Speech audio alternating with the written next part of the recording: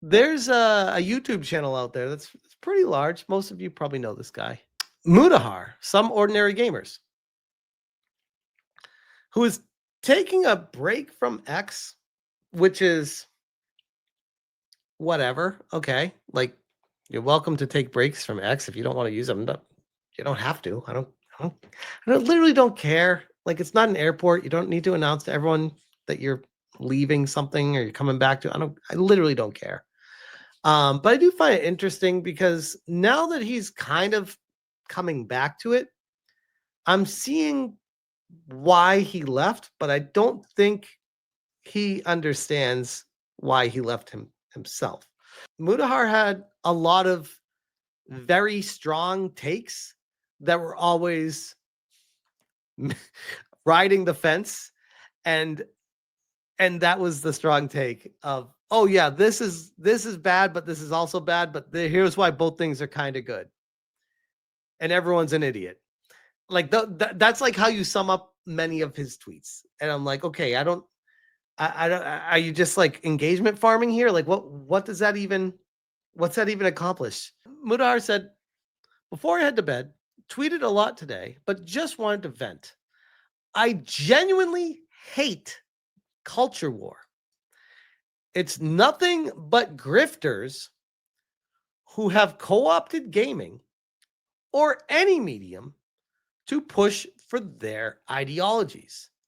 These people don't care about games as a medium or art form or even play them. Where, first off, I read that and I'm like, you ever see Truman Show? He's talking to his wife and she's advertising to him, like the knife or whatever, the knife set. And he's like, yeah, what? Who are you talking to? Like, who's the audience for this tweet? Like, what the hell? Are you talking to the journalists out there? Are you talking to me?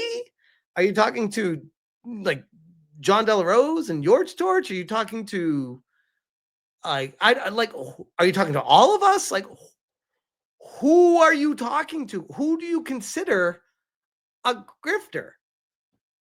And even that being said, hate the culture war. It's nothing but this stuff. This is like the I'm holier than thou. I'm better than the culture war. I don't need the culture war. I have ascended to a place where I don't need to fight anybody. It's ruining gaming. Can't we all just get along and play video games, guys? Can't we just do that? Can't we just play video games? Which is curious. Here's something. What's funny is the fact that Ordinary Gamers made an SBI video and titled it Sweet Baby Ink is Awful. 1 year ago, 790,000 views. Contrast that with, I hate the culture war. It's nothing but grifters who have co-opted gaming or any medium to push their ideologies.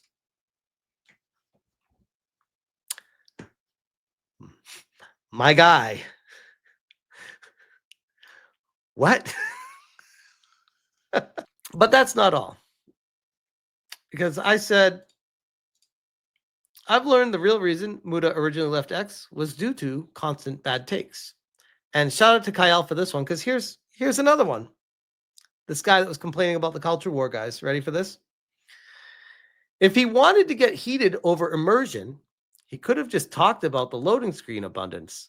Instead, this grown adult nearly pops his blood vessels yelling about a pronoun toggle on the character screen designed to help make your character. What a baby.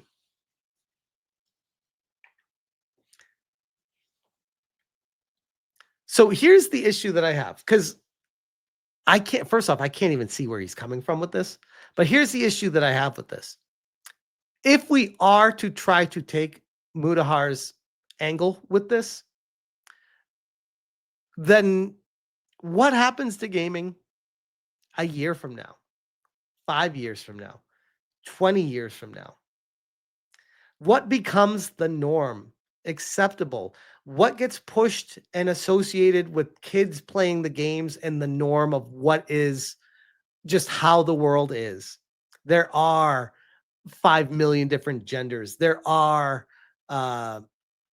transgender kids. There are like all these weird ideologies that keep getting pushed by these weirdo developers that if you don't fight back, it would just become accepted.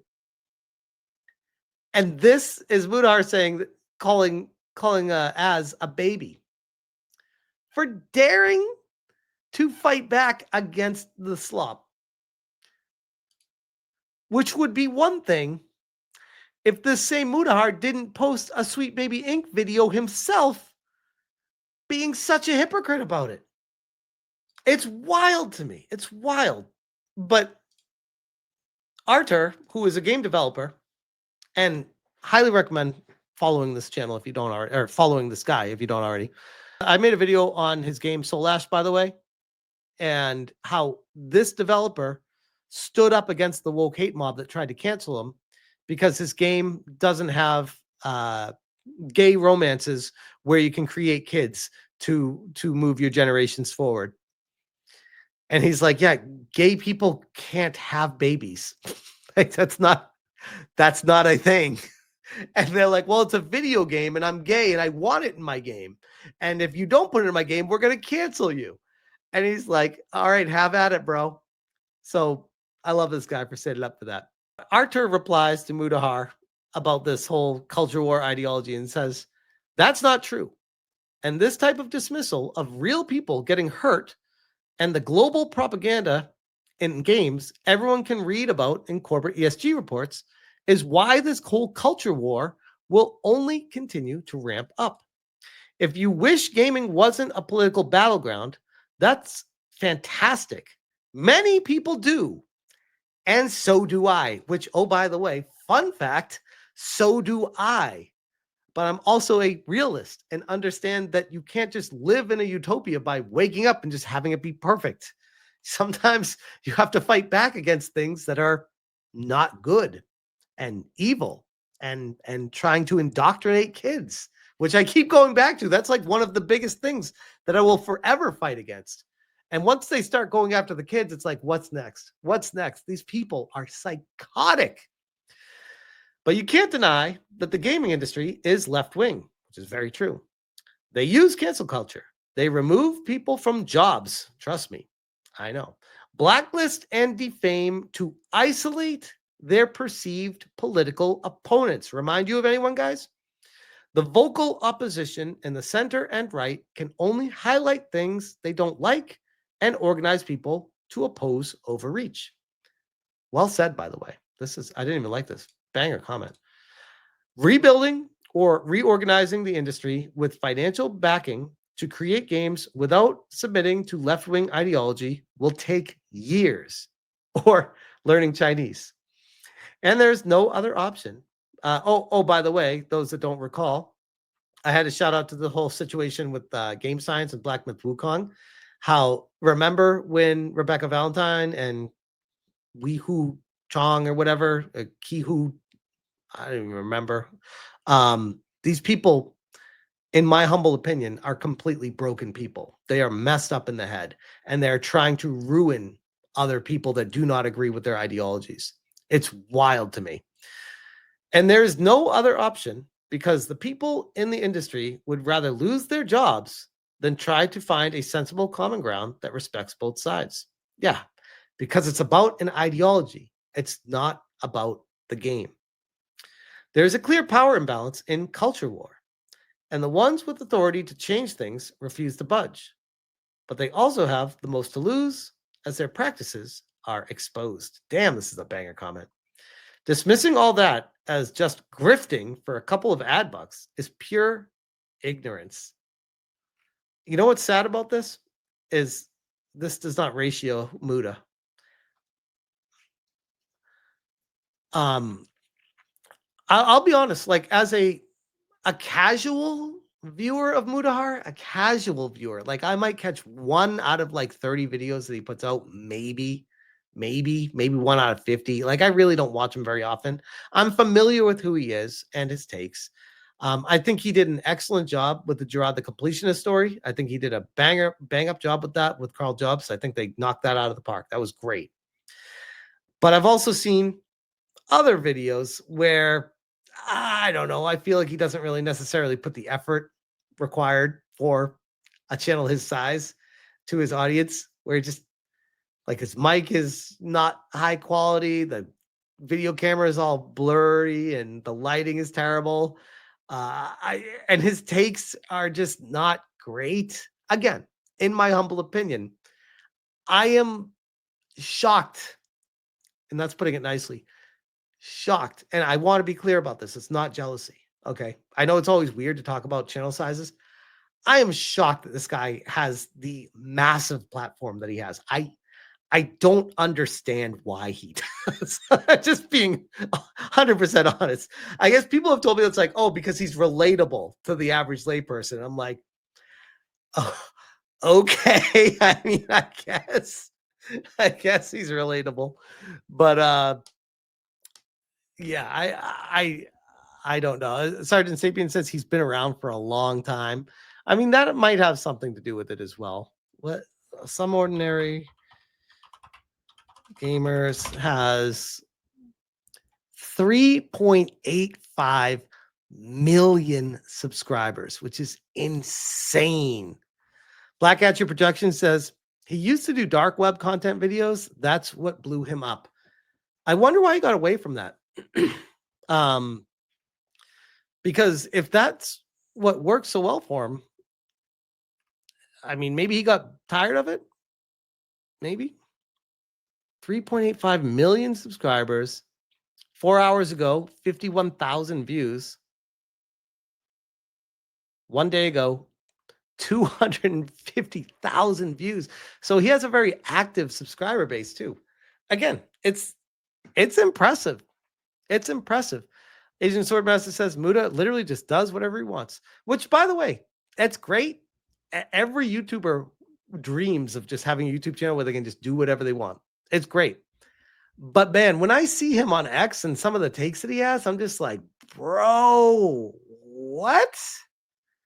I mean, that should give hope for everyone out there that that's a chance for success for you too.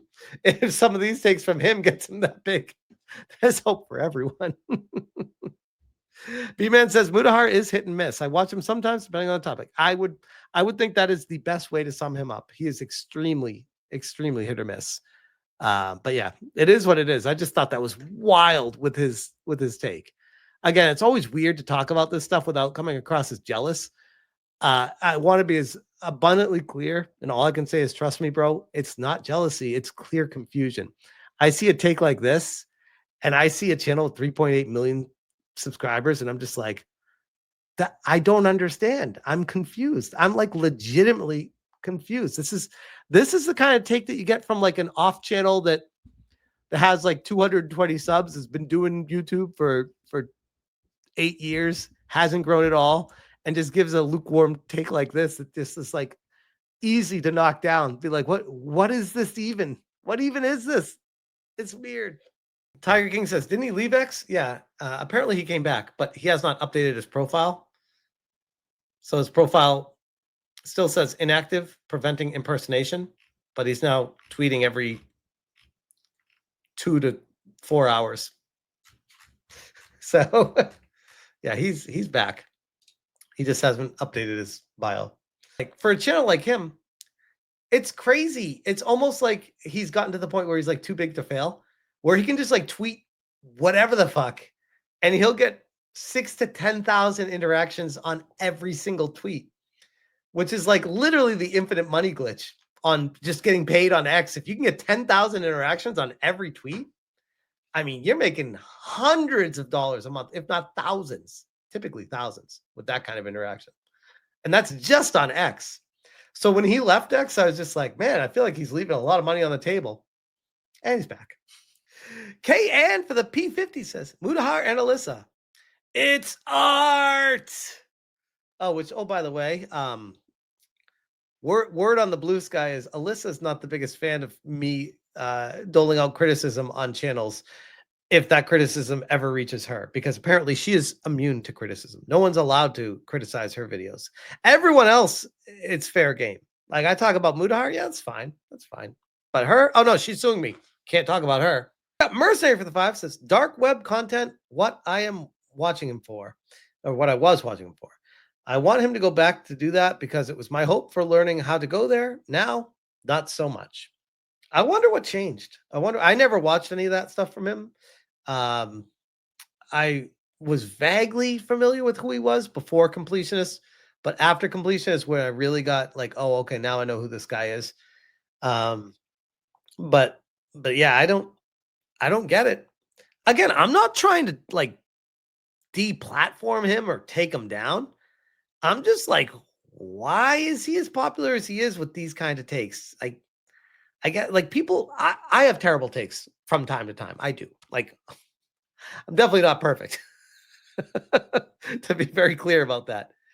But man, like some of these takes, I feel like he's just rage baiting, engagement baiting. And it's like the most like toddler take ever where I'm like, what even is this?